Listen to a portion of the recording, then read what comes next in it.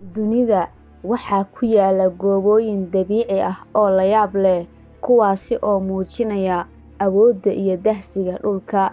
Mid ka mid ah goobahaasi cajiibka ah ee ku yaala gobolka Texas ee dalka Mareykanka waxaa loo yaqaanaa Devil Sinkhole, af Soomaali ahaan loo macneyn karo daloolka shaydaanka.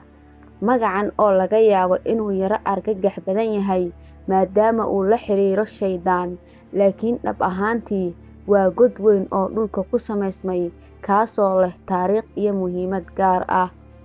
Waa god weyn oo wareegsan oo si lama filaan ah dhulka uga samaysmay. Waxaa lagu qiyaasaa inuu ku samaysmay muddo aad u dheer, iyadoo biyaha dhulka hoostiisa ah ay milmayeen dhagxaanta nuurada ah, taasi oo keentay in saqafka godka uu dumo oo uu u samaysmo daloolkan weyn ee furan. Ballaca godka waa mid la taaban karo, dhererka qotadiisuna waxa uu gaaraa ilaa 100 feet oo dhulka hoos ugu degsan. Gudaha godka waxaa ku yaala nidaam godad iyo daloolo kale oo isku xiran, waxa uuna ka samaysmay hab dabiici ah oo geological ah muddo malaayiin sano ka hor. Gobolka Texas, gaar ahaan meesha uu godkani ku yaalo, Hill Country, dhulka hoostiisa waxaa u badan dhagxaanta nuurada ah. Biyaha roobka ee dhulka gala waxay la falgalaan carbon dioxide oo ku jira hawada iyo ciidda, taasi oo ka dhigta biyaha mid aashito leh. Biyahaas aashitada ah ayaa si tartiib ah u milmaya oo u baaba'aya dhagaxa nuurada ah marka ay dhex marayaan. Muddadan dheer ee milmidda joogtada ahi waxay keentaa in dhulka hoostiisu ay ka samaysmaan godad waaweyn iyo marino ay biyuhu maraan. Marka godkani waa god weyn oo ka dhashay dumista saqafka god dhulka hoostiisa ku jiray oo biyuhu ku hoos qulqulayeen, kaasi oo biyo milmiyeen dhagaxa nuurada ah. Magaca Devil Sinkhole ee daloolka shaydaanka ma aha magac rasmi ah oo saynis ah, balse waa magac ay bixiyeen dadkii ugu horreeyay ee arkay ama deganaa gobolkaasi. Sababaha loogu bixiyay magacani ayaa la qiyaasaa in ay yihiin dhowr sababood. Sababta ugu weyn waxaa la aaminsan yahay ayaa ah tirada aadka u badan ee fiidmeerta ee habeen walba ka soo baxda godka. Malaayiin fiidmeer ah oo si wadajir ah uga soo duulaya godka moolka dheer, iyagoo sanqadh weyn samaynaya, waxay u muuqan kartaa cabsi badan ama mid la mid ah wax ka soo baxaya meel hoose oo aan wanaagsanayn. Dadkii hore waxay mararka qaarkood ku micneeyaan waxyaabaha ay fahmi waayaan ama cabsi geliya waxyaabo la xiriira ruuxaan iyo waxyaabo xunxun. Isku soo wada duub, magacani waxaa loo bixiyay sababo la xiriira muuqaalka cabsi gelinaya ee godka, dhirirkiisa, mugdigiisa iyo gaar ahaan aragtida weyn ee fiidmeerta ka soo baxaysa oo laga yaabo inay ula ekaatay dadkii hore wax ka soo burqanaya meel aan fiicnayn. Ma jiraan diiwaanno sheegaya qof gaar ah oo magacani u bixiyay. Magacyada noocan ah ee meelaha dabiiciga ah badankoodu waxa ay ka yimaadaan dadkii ugu horreeyay ee degay ama sahmiyay deegaankaas, sida ugaarsadayaasha, xoolo dhaqatada, kawbiyada ama sahmiyeyaasha. Waxay u badan tahay inuu yahay magac guun ah ama saynis yahanada. Waxay u badan tahay inuu yahay magac guun ah oo afka dadka iska soo galay, kaasi oo ku salaysan aragtida iyo dareenka ay ka heleen meeshaasi markii ugu horreysay ay arkeen tirada badan ee fiidmeerta ka soo baxaysa godka moolka dheer. Muhiimadda ugu weyn ee godkani waxa ay ku jirtaa doorka uu u yahay hoyga xayawaano badan, gaar ahaan fiidmeerta. Habeen kasta malaayiin fiidmeer ah oo ka mid ah nooca Mexican Free-tailed Bat ayaa si wadajir ah uga soo baxa godka, iyagoo cirka buuxinaya.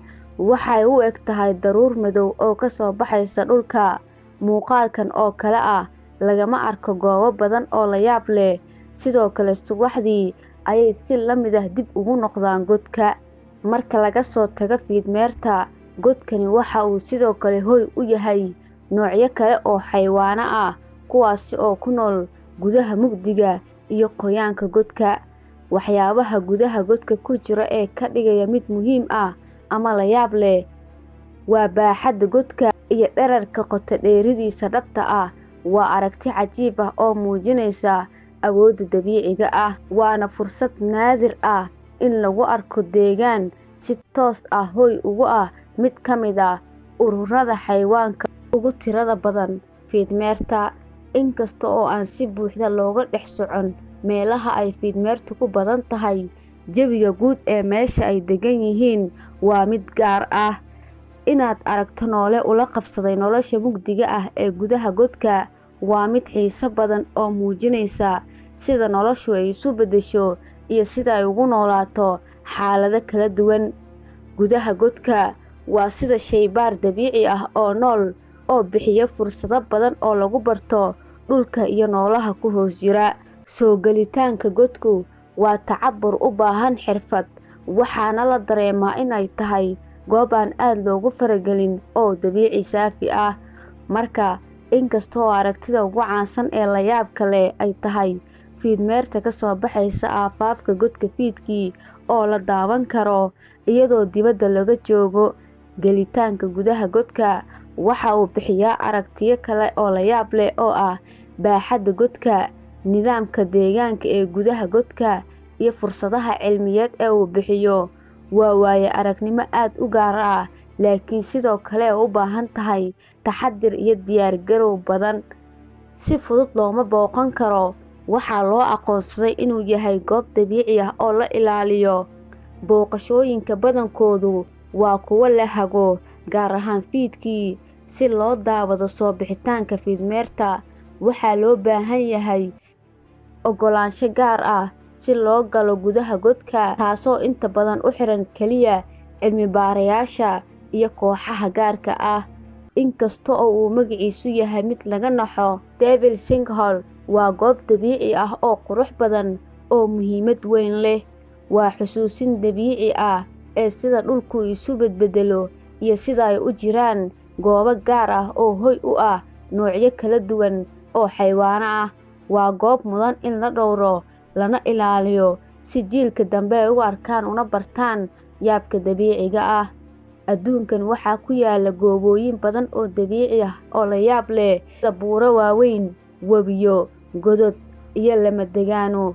Daloolkani waxa uu kaga duwan yahay qaar badan oo ka mid ah goobahaasi sababo la xiriira isku dhafka waxyaabaha gaarka ah. Waa dalool weyn oo furan, inkastoo ay jiraan godad badan oo dhulka hoostiisa ah.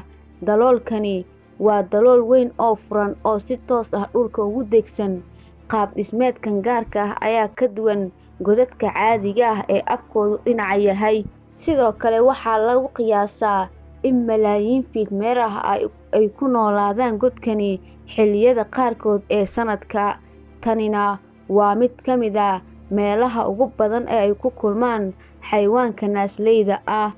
Hal meel waa dhif iyo naadir in hal god uu hoy u noqdo tiro intaas le'eg oo fiidmeer ah. Inkasta oo ay jiraan godad kale ama meelo kale oo leh xayawaanno badan isku dhaf ah, haddana godkani waa dalool weyn oo furan oo si gaar ah u samaysmay, iyo inuu yahay hoyga mid ka mid ah ururada fiidmeerta ugu waaweyn, taasoo keenta aragti dabiici ah oo la yaab leh oo ah soo bixitaanka iyo gelitaanka fiidmeerta ayaa ka dhigaya ka duwan oo gaar ka ah goobaha kale ee dabiiciga ah ee la yaabka leh. 19aad, dadka deegaanku waxa ay aaminsanaayeen in godkani uu yahay god shaydaan. Waxaa jiray sheekooyin la xiriira dad gudaha godka galay oo aan dib u soo bixin, ama codad laga maqlay gudaha oo aan la garanaynin halka ay ka imaanayeen. Inkastoo sheekooyinkaasi aanay lahayn caddayn cilmiyeed, haddana waxa ay ka dhigayaan godkani meel ka buuxda halgan u dhexeeya khiyaaliga iyo xaqiiqada, taasi oo sii kordhisa xiisaha loo qabo godkani. Waana goob dabiici ah oo cajiib ah, halkaasi oo taariikh qarsoodi ah iyo dabiici la yaab leh ay isku dhex milmeen. Dadka qaar waxay u arkaan goob cabsi leh, halka qaar kalena ay u arkaan goob qurux badan oo la baran karo. mid kasta oo aad aaminsan tahay hal shay ayaa hubaal ah. Godka shaydaanku waa meel ka mid ah mucjisooyinka dabiiciga ah ee dunida,